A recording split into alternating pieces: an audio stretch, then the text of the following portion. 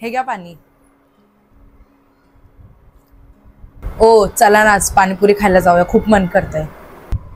आताच कामातून आलो ना मी, तुला समजत नाही का? बाहेरून आला माणूस दमलेला वगैरे असतो आणि तुला पैसे देतो ना मी खायला वगैरे, तुझं तू खा जा ना, माझ्या मला कशाला लागतेस? हे घे, घेऊन जा. अरे यार, उगाच बडबड केली एवढी. कधीतरी बोलते बाहेर खायला घेऊन चला, त्यात पण पाणीपुरी आणि वडापावच खाते. एक काम करतो, आज तिला घेऊन जातो. बायको, होय चल जाऊया पाणीपुरी खायला. खरंच? हो. थांबा 2 मिनिटं, मी तयारी करून येतो. हा, मी पण शर्ट चेंज करतो.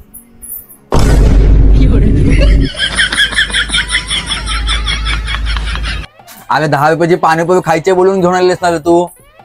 गप्प बसाव तुम्ही, एवढ्या दिवसानंतर बाहेर आणलंय. आता 2-3 साडी घेतल्याशिवाय जातच नाही मी.